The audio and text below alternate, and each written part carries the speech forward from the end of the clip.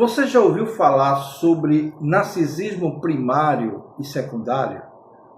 Se não, fica nesse vídeo comigo porque eu vou apresentar aqui pelo menos 3 características dos narcisistas primários.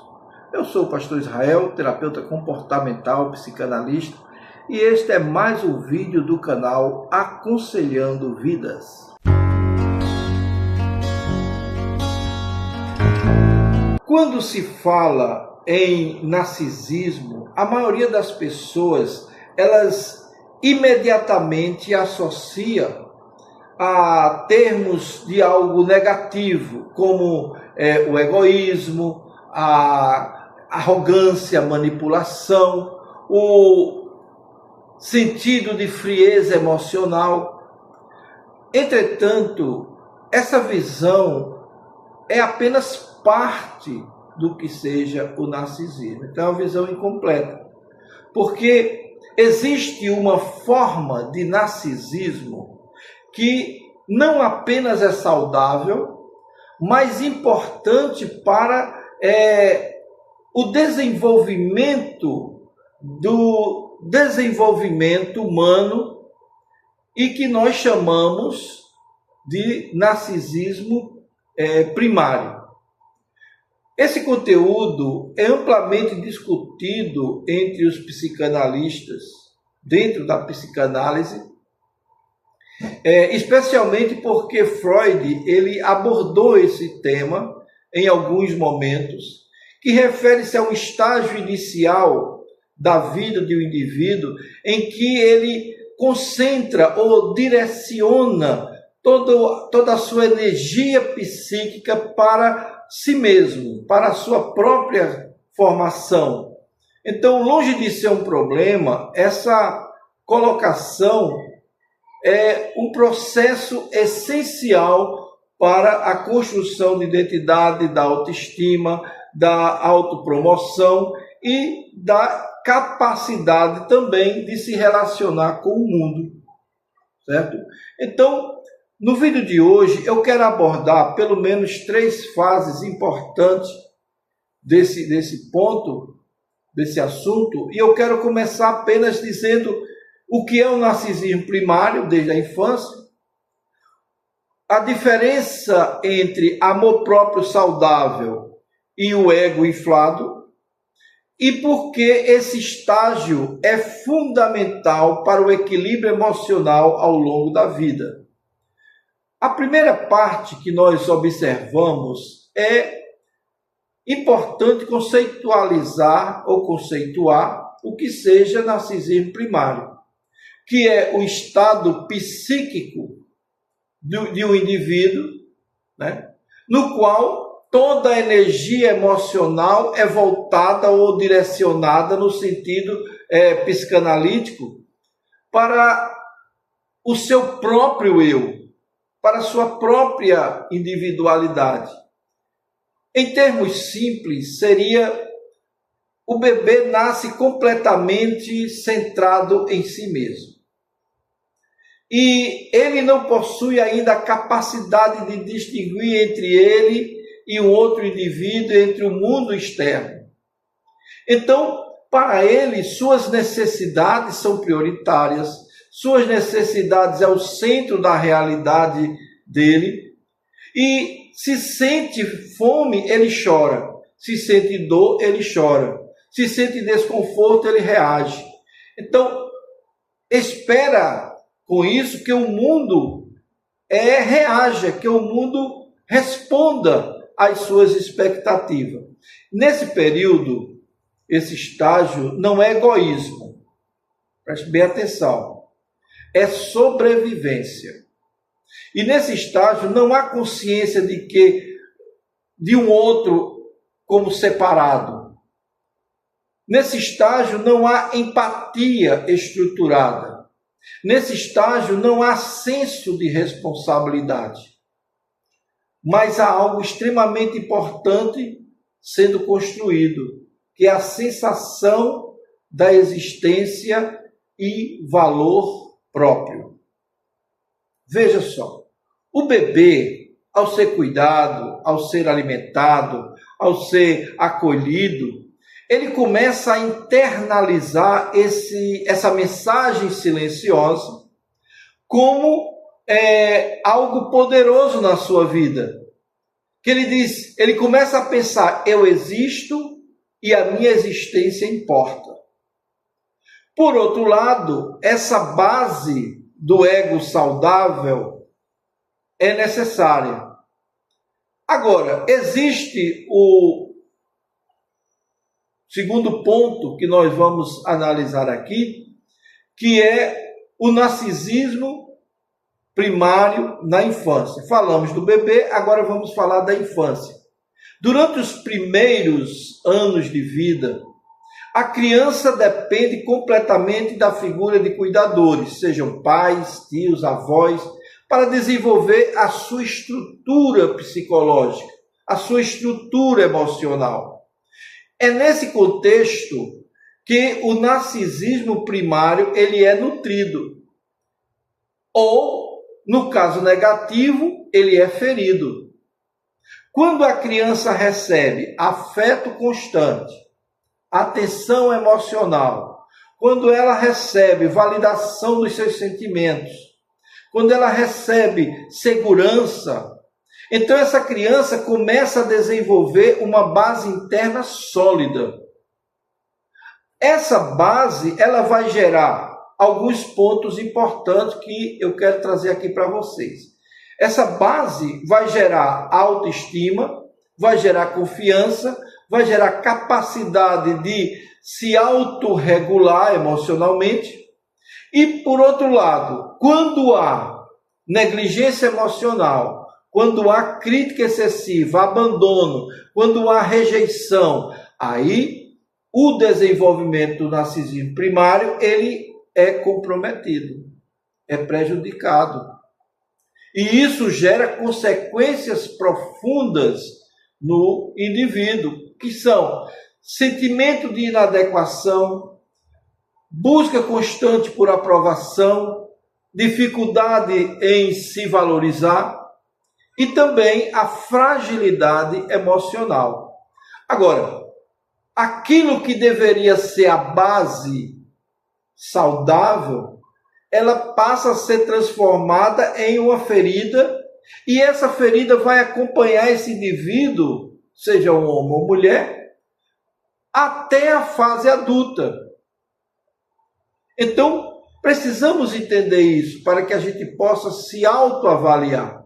O terceiro ponto que eu quero trazer aqui é a construção de um ego saudável. O ego é a estrutura psíquica que organiza as relações do indivíduo, que faz com que ele veja a realidade e ele julgue dentro dessa realidade. Ele é responsável por mediar desejos internos com demandas externas. Preste bem atenção que isso é importante. O narcisismo primário, então, ele é o alicerce da formação do ego. E quando bem desenvolvido, ele, o indivíduo, reconhece o seu próprio valor, ele não depende exclusivamente da aprovação dos outros, ele consegue lidar tranquilamente com as frustrações e desenvolve empatia sem se anular.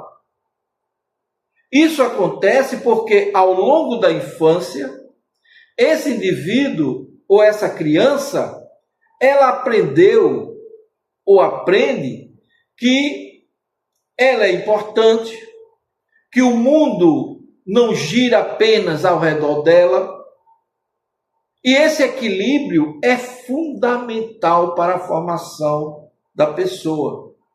Um ego saudável não elimina o amor próprio. E ele, pelo contrário, ele faz o regulamento, ou seja, a regulagem, ele regula a condição para que tudo viva e se desenvolva em equilíbrio. Vamos analisar aqui o amor próprio e o ego inflado. São duas coisas que são importantes da gente compreender para entender isso aqui. Aqui é uma das distinções mais importantes dentro desse tema. Amor próprio saudável. Vamos analisar? O amor próprio saudável, ele nasce dentro daquela condição, ele nasce quando você começa a sentir que o narcisismo primário, na realidade, foi bem estruturado. Então, deixa eu explicar isso aqui com tranquilidade. Quando é que o amor próprio saudável, ele nasce? O amor próprio, ele nasce de um narcisismo primário bem estruturado. E ele tem algumas características que eu quero trazer aqui para vocês. Primeiro, a autovalorização equilibrada. Ele não se põe como maior do que ninguém. Ele não se põe. Ele tem a capacidade de reconhecer os seus erros. Ele tem segurança emocional. Ele tem o respeito pelos outros. E ele tem também a condição de não ter necessidade constante de validação. A pessoa com amor próprio saudável, ela consegue dizer: eu sou suficiente, eu me basto, mas eu não sou superior. Eu não sou superior a ninguém. Eu me basto, mas eu não sou superior a ninguém. Então há esse equilíbrio saudável. O ego inflado, que é o narcisismo desadaptativo, que é aquele mais prejudicial, que tem o ego inflado, frequentemente associado ao narcisismo secundário, que nós vamos estudar isso no próximo vídeo.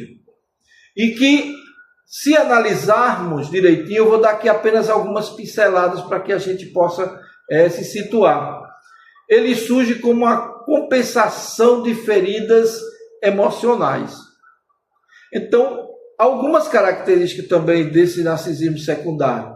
Ele nasce constantemente dentro das admirações, ele tem a sensação de superioridade, eles têm dificuldade de aceitar críticas, falta empatia muitas vezes, e há uma dependência de validação muito grande. Claro que essa fase é uma fase que precisa mudar e que pode mudar, dependendo do tratamento, de como você se processa. Ele sempre diz: olha, eu preciso parecer superior porque no fundo eu me sinto insuficiente. Então essa distorção de pensamento ou esse desequilíbrio é típico de alguém que precisa de um tratamento, precisa de um acompanhamento, tá certo? Então precisamos entender isso claramente. Quando o narcisismo primário ele é ferido, e aqui nós vamos entrar em uma área um tanto quanto delicada, ele não é devidamente nutrido na infância, o indivíduo cresce com uma lacuna emocional que pode ser preenchida muitas vezes por manifestações externas e que não é saudável. Por exemplo, ele passa a ter uma baixa autoestima. Essa baixa autoestima são sentimentos de inferioridade, de autossabotagem, medo do sucesso, medo de rejeição, não é? Tem a compensação narcisista, que é aquela parte mais maléfica da coisa, que é a arrogância, o controle excessivo, a manipulação emocional. Curiosamente, esses dois extremos têm a mesma raiz, o ego fragilizado. Agora, tanto a pessoa que se sente inferior, quanto aquela que se comporta como superior, pode estar lidando com a mesma ferida emocional.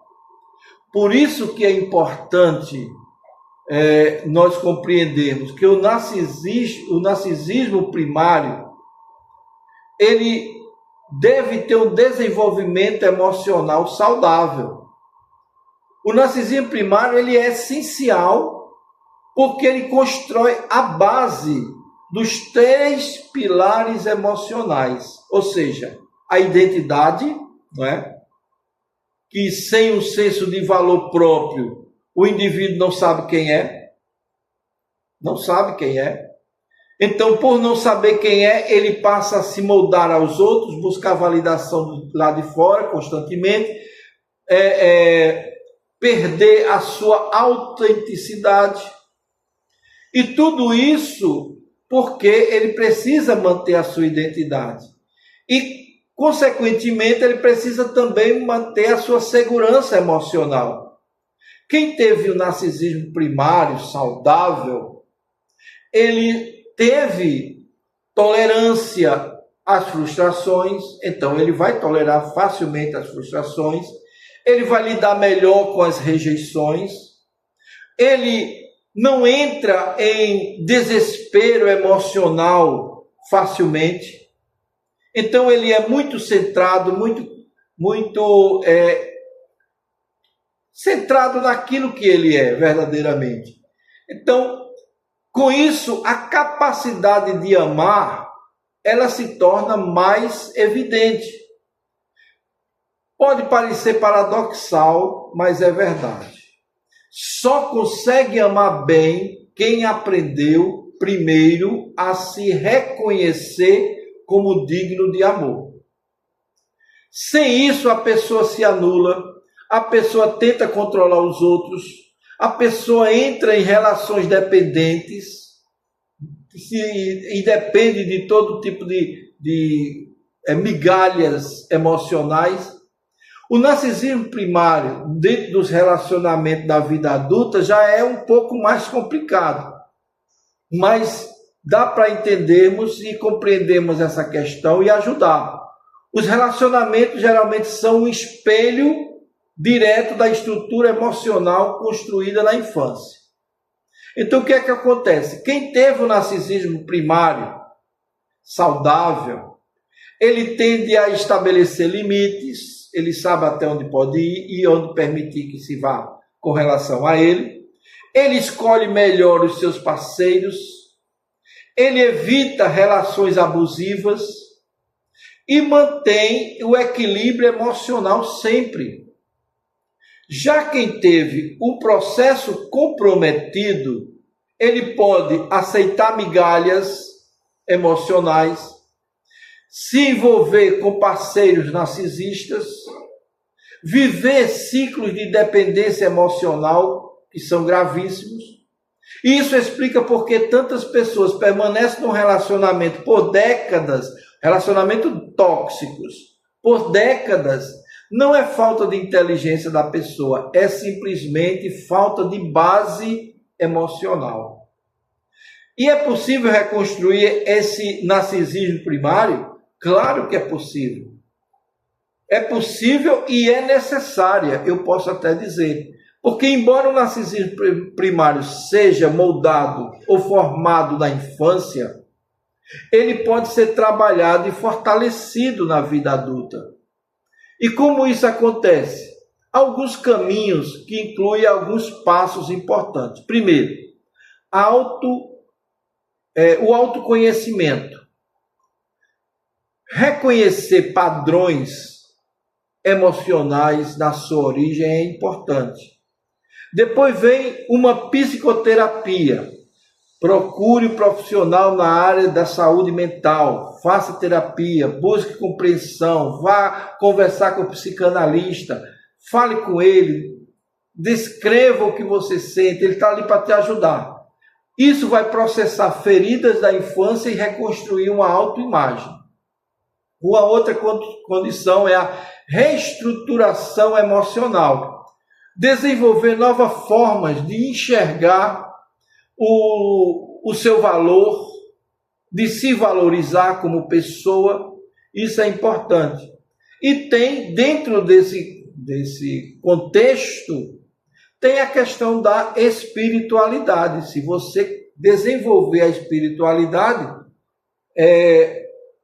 vai lhe ajudar muito nesse sentido. Algumas pessoas, a compensação ou a compreensão, melhor dizendo, do valor intrínseco através da fé, da esperança, elementos restauradores que você aprende na linha da espiritualidade. Porque a ideia é que a pessoa que tem o narcisismo primário prejudicado, ela vai precisar da validação dos outros. Então ela sempre vai dizer, o meu valor depende da validação dos outros. Mas quem tem um narcisismo primário equilibrado, ele vai dizer, olha, a minha valorização ou o meu valor não depende da opinião dos outros, não depende da validação humana. E isso é transformador para a pessoa. E quando você aprende isso, você se liberta tranquilamente.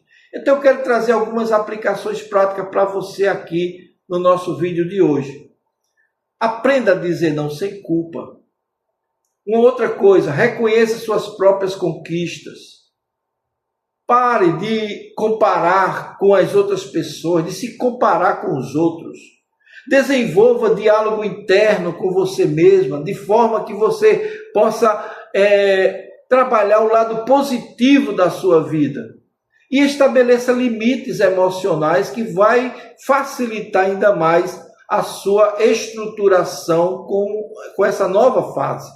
Essas práticas, elas ajudam a reconstruir o que deveria ser desenvolvido na infância, a reconstruir e lhe dar um início de nova vida, uma nova estruturação. Então, o narcisismo primário, ele não é um problema, né?